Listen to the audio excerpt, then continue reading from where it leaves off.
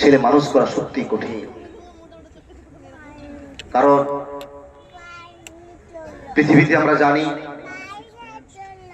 আদর্শ সন্তান হিসেবে গড়ে তোলার ক্ষেত্রে যে সমস্ত নমুনা বা দৃষ্টান্ত ইতিহাসের পাতায় এখনো পর্যন্ত জ্বলন্ত দৃষ্টান্ত হিসেবে আছে।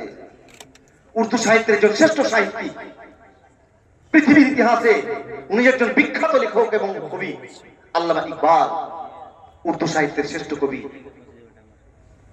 আল্লামা ইকবালের জীবন যদি আমরা পড়তে যাই তো দেখতে পাবো সেখানে আল্লামা ইকবালের পিতা আল্লাহর কাছে দোয়া করছে, তার কোনো সন্তান হয় না, শেষ পর্যন্ত আল্লাহর কাছে দোয়া করার ফলে সন্তান হয়। সে সন্তানের নাম রাখে ইকবাল, অর্থাৎ সৌভাগ্যবান।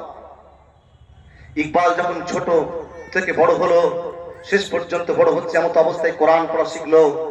সে কোরআন পড়ছে। এখন এক সময় আল্লামা ইকবাল কোরআন পড়ছে, আর তার পিতা বাইরে কাজ করতে গিয়েছিল। কাজ থেকে আসার পর সন্তানের সে সুললিত কণ্ঠে কোরআনের আওয়াজ শুনে মুগ্ধ হয়ে পিতা সে তার পুত্রের কাছে দাঁড়িয়ে তার কোরআন তেলাওয়াত শুনছে। এমত অবস্থায় কোরআন তেলাওয়াত শুনছে, এমত অবস্থায় তার চোখ থেকে যেন অশ্রু ঝরছে, আর সেই চোখের পানি আল্লামা ইকবালের গালে পড়ে। আল্লামা ইকবালের গায়ে যখন গরম পানি পড়ে, গালে যখন গরম পানি পড়ে, তৎক্ষণাৎ সে তাকিয়ে দেখে যে আমার পিতা কান্না করছে।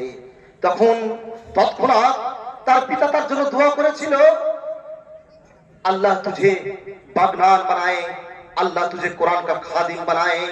সেই আল্লামা ইকবালের পিতা আল্লামা ইকবালের জন্য সেই অশ্রুসিক্ত চক্ষু নিয়ে সে আল্লাহর কাছে দোয়া করেছিল আল্লামা ইকবালের জন্য, হে আল্লাহ, আল্লাহ যেন তোমাকে কোরআনের খাদিম বানিয়ে দিই এবং তুমি যেন সারা জীবনে কোরআনের সেবা তুমি করতে পারো, একত্ববাদের উপর তুমি যেন জীবন যাপন করতে পারো।